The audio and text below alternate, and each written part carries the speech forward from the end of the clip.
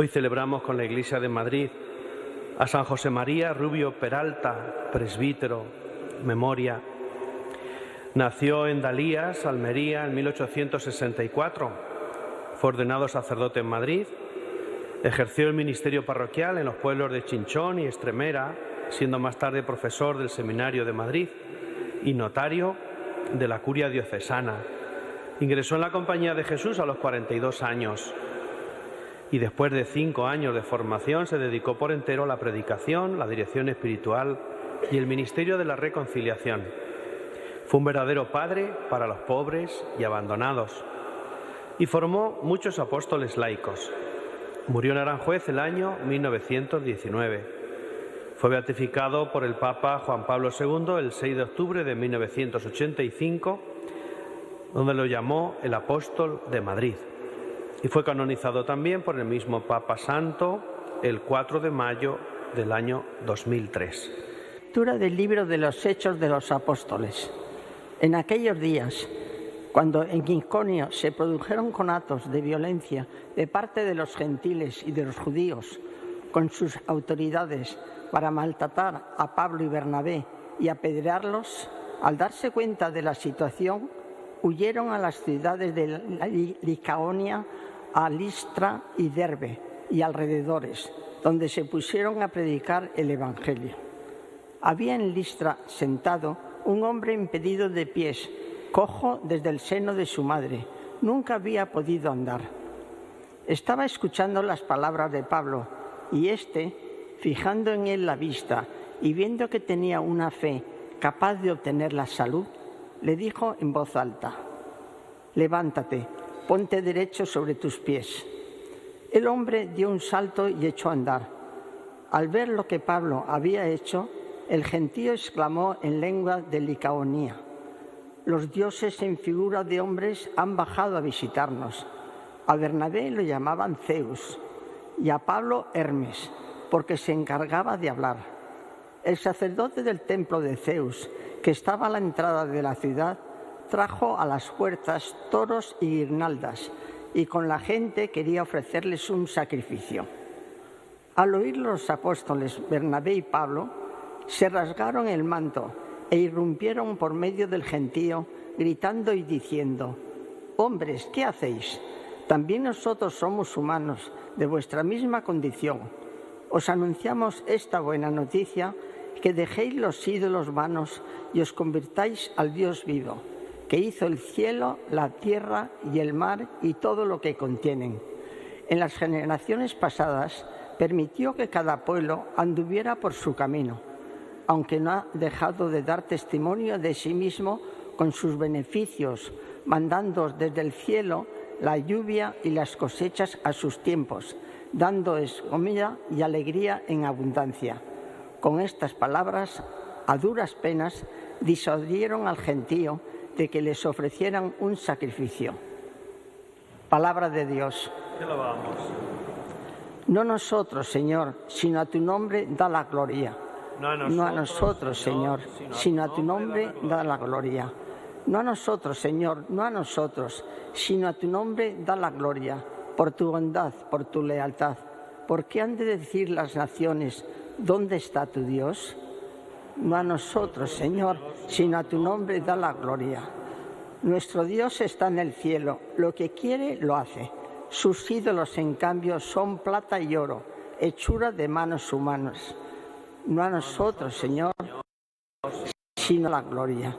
Bendito seáis del Señor, que hizo el cielo y la tierra.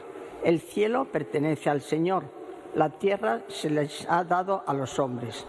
No a nosotros, Señor, sino a tu nombre, Señor. Aleluya, aleluya, aleluya. El Espíritu Santo será quien os enseñe todo y os vaya recordando todo lo que os he dicho. Aleluya, aleluya,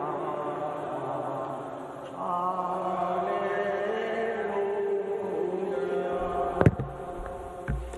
El Señor esté con vosotros.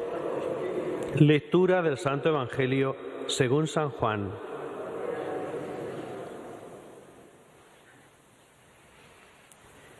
En aquel tiempo dijo Jesús a sus discípulos: el que acepta mis mandamientos y los guarda, ese me ama. Y el que me ama será amado por mi Padre. Y yo también lo amaré y me manifestaré a él. Le dijo Judas, no el Iscariote: Señor, ¿qué ha sucedido para que te reveles a nosotros y no al mundo? Respondió Jesús y le dijo: el que me ama guardará mi palabra, y mi Padre lo amará, y vendremos a él y haremos morada en él. El que no me ama no guarda mis palabras, y la palabra que estáis oyendo no es mía, sino del Padre que me envió. Os he hablado de esto ahora que estoy a vuestro lado, pero el Paráclito, el Espíritu Santo que enviará el Padre en mi nombre, será quien os lo enseñe todo y os vaya recordando todo lo que os he dicho. Palabra del Señor.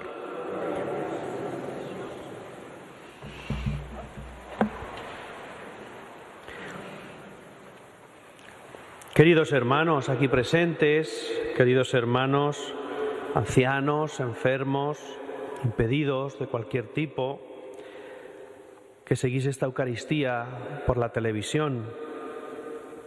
Seguimos caminando en la Pascua, estamos ya en la quinta semana. Parece que fue ayer cuando celebrábamos la vigilia pascual y prácticamente ya hace un mes, y sin prácticamente. Pero celebramos la vida.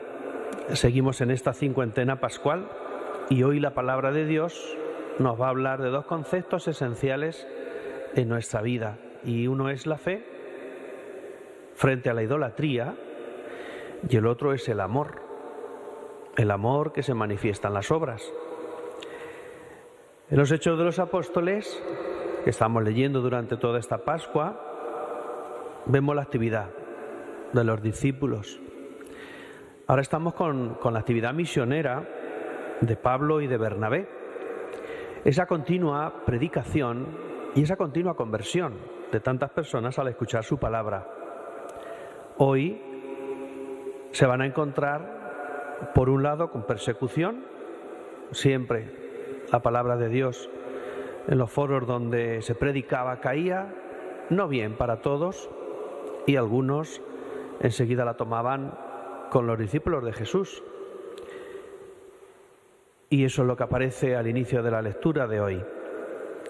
Pero lo que a mí me interesa es ese encuentro de un cojo con los discípulos, en el fondo, con el Señor. Porque, como dijo San Pablo en una de sus cartas, eso de "ay de mí si no anuncio el Evangelio", lo tuvieron muy claro los discípulos. ¿Qué es lo que debían de hacer? Anunciar la buena noticia a tantas personas que todavía no conocían a Cristo y aún hoy. Eso es lo que debemos hacer. Anunciar la palabra de Dios, el Evangelio, a tantos que no conocen a Jesús. Y hay una expresión preciosa cuando se encuentran con este enfermo, dice aquí impedido de pies, cojo desde el seno de su madre, nunca había podido andar. Pues estaba escuchando la palabra de Dios, las palabras de Pablo. Y lo que se dice de Pablo, lo que nos narra el autor de esta carta, Lucas, nos dice: fijando en él la vista y viendo que tenía una fe capaz de obtener la salud. Fijaos, este discípulo, Pablo, ve una fe que traspasa y ve su corazón. Y ve que este hombre está preparado para recibir ese milagro de Dios. Y por eso lo cura. Levántate, le dice, ponte en pie, ponte derecho sobre tus pies. Y ahí sucede el milagro. Sin embargo, este milagro que se hace en nombre de Jesús, en nombre de Cristo resucitado, es mal interpretado por el pueblo. Aquí tenemos esa confrontación entre el monoteísmo y el politeísmo. Y aquella gente que creía en los dioses, enseguida piensan que Pablo y Bernabé son como la reencarnación de esos dioses paganos. Y ahí está también el trabajo de los evangelizadores. Explicar que lo hacen en el nombre de Jesús, en el nombre del Dios vivo, y así lo explican. Ellos se presentan como hombres, como ellos, no dioses. Dios solo hay uno. Y esa es la predicación que tienen que hacer. Frente a la idolatría, predicar al Dios auténtico, al Dios verdadero, al Dios creador, que es lo que dice esta palabra de Dios, el que hizo el cielo, la tierra, el mar y todo lo que contiene. Grandes verdades de fe.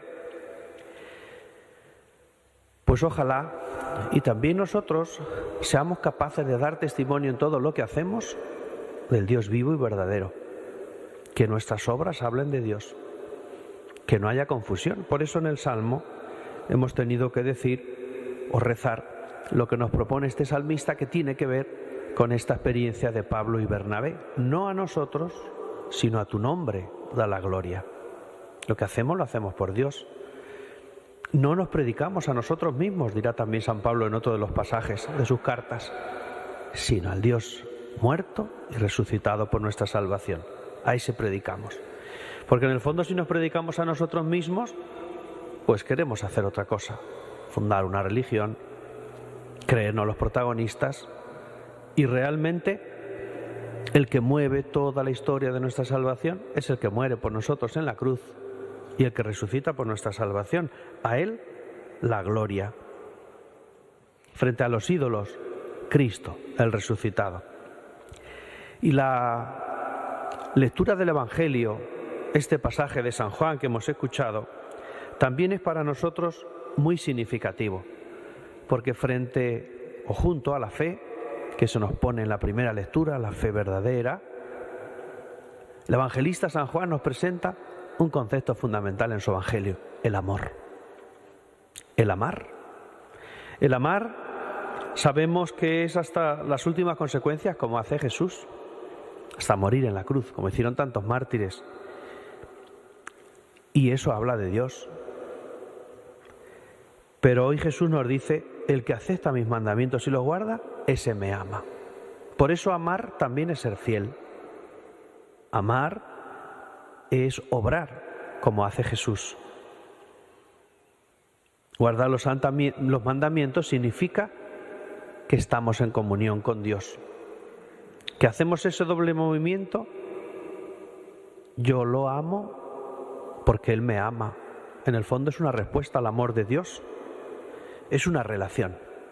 Y en esa relación está Dios, que ama primero, y estamos nosotros, que respondemos a ese amor con otro amor, seguramente más pobre, mucho más pobre y defectuoso, pero al menos sincero.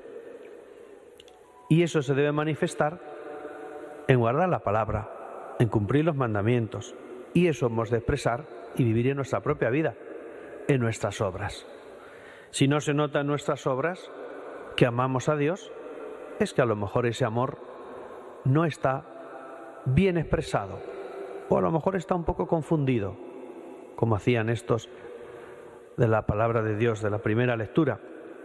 Hay otros pasajes de la Escritura que nos hablan muy claramente sobre esta acción, este amar, estas obras.